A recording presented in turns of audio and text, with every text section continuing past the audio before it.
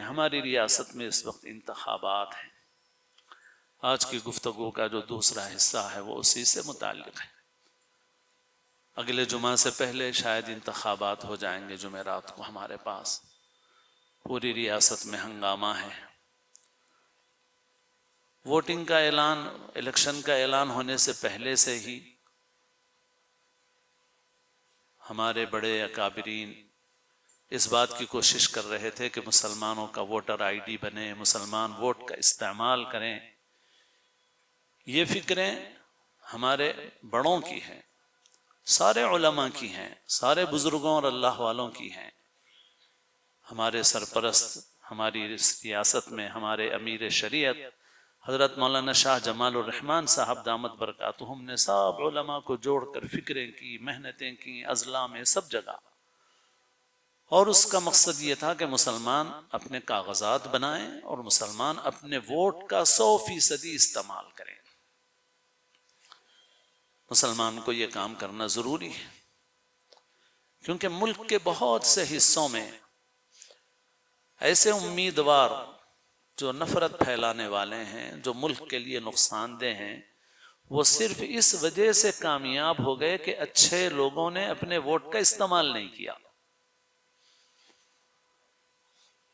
اور یہ سروے ہے، باضابطہ ڈاٹا ہے، اس کا اعداد و شمار تفصیلات ہیں، جو اس لائن سے جڑے ہوئے لوگ باضابطہ اسکرین پر بتا کر آپ کو بتاتے ہیں کہ فلاں حلقے میں فلاں امیدوار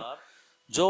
ہمارے ملک کے لیے، انسانیت کے لیے موزوں نہیں ہے، نفرت کی بات کرنے والا ہے، وہ کامیاب ہو گیا۔ مگر اس کی کامیابی کی اصل وجہ یہ نہیں تھی کہ اس حلقے کے زیادہ لوگوں کی رائے اس کے حق میں تھی، بلکہ وجہ یہ تھی کہ بہت سے اچھے لوگوں نے بڑی تعداد میں اپنے ووٹ کا استعمال ہی نہیں کیا۔ تو اس وجہ سے سب سے پہلی چیز یہ ہے کہ خاص طور پر ملک کے موجودہ حالات میں کہیں بھی ہو، وہاں پر کوئی مسلمان نمائندہ ہو نہ ہو، اس سے بحث نہیں ہے۔ پورے ملک میں، ملک کے مفاد میں ایک ذمہ دار شہری کی ذمہ داری ہے کہ وہ اچھے لوگوں کو منتخب کرنے کی کوشش کرے، مگر اچھے لوگ تو سب ہیں نہیں۔ آج حضرت مولانا خالد سیف اللہ رحمانی صاحب دامت برکاتہم نے بھی لکھا کہ جو لوگ امیدوار بنتے ہیں ان میں 1% بھی نہیں ہے ایسے، تو پھر ہم کس کو دیں بھائی؟ کیوں دیں ہم ووٹ؟ تو بھائی جو کم درجے کی مصیبت ہے اس کو اختیار کر لو، کم درجے میں ضرر اور نقصان جو پہنچانے والا ہے اس کو منتخب کرو۔ تو یہ اصول ہے شریعت کا کہ جب آپ کے سامنے کوئی آپشن نہ رہے اور آپ کے سامنے دو فرد ہیں اور یہ بھی مضر ہے یہ بھی مضر ہے، تو جو کم ضرر اور نقصان والا ہے آپ اس کو ترجیح دے دیں، اس لیے کہ تیسرا کوئی راستہ نہیں ہے آپ کے سامنے۔ تو بہرحال گزشتہ بھی میں نے عرض کیا کہ اس ملک کا اصل مسئلہ ہندو مسلم نہیں ہے، ہندو مسلم مسئلہ اصل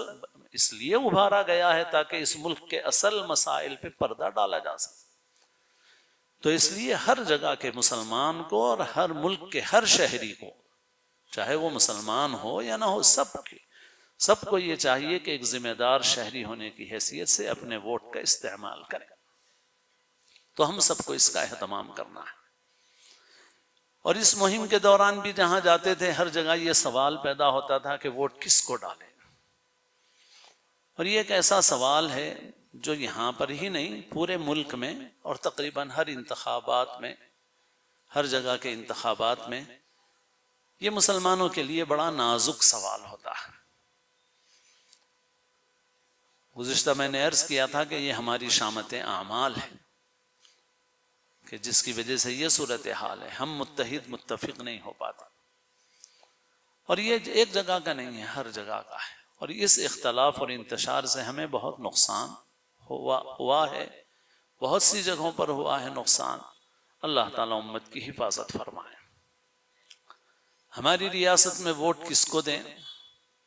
تو پہلی بات تو یہ ہے کہ اس منبر سے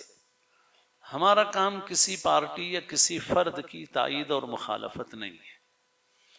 ہمارا کام دینی، شرعی اور اصولی رہنمائی ہے بس۔ اور وہ ہم بار بار کرتے رہتے ہیں کہ یہ آپ کے پاس ایک امانت ہے، ایک گواہی ہے، جس کو ووٹ دے کر کے آپ اللہ کے سامنے جواب دے سکیں کہ یا اللہ، جس کو میں نے غنیمت سمجھا، بہتر سمجھا، اس کو میں نے ووٹ دیا۔ آپ کا ضمیر جس کے متعلق مطمئن ہے اور جس کو آپ اپنے حد تک یہ سمجھتے ہیں کہ یہ غنیمت اور بہتر ہے، آپ اپنا ووٹ اس کے حق میں استعمال کریں، آپ اللہ کے پاس بری الذمہ ہو سکیں۔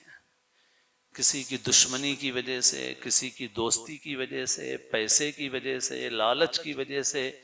ان چیزوں میں سے کسی بنیاد پر کسی کے حق میں ووٹ دینا درست نہیں ہے۔ صرف اس بنیاد پر کہ یہ سارے نمائندے ہیں، ان نمائندوں میں جو نمائندہ ہم نے ملک کے لیے، ملت کے لیے ہم نے مناسب سمجھا یا کم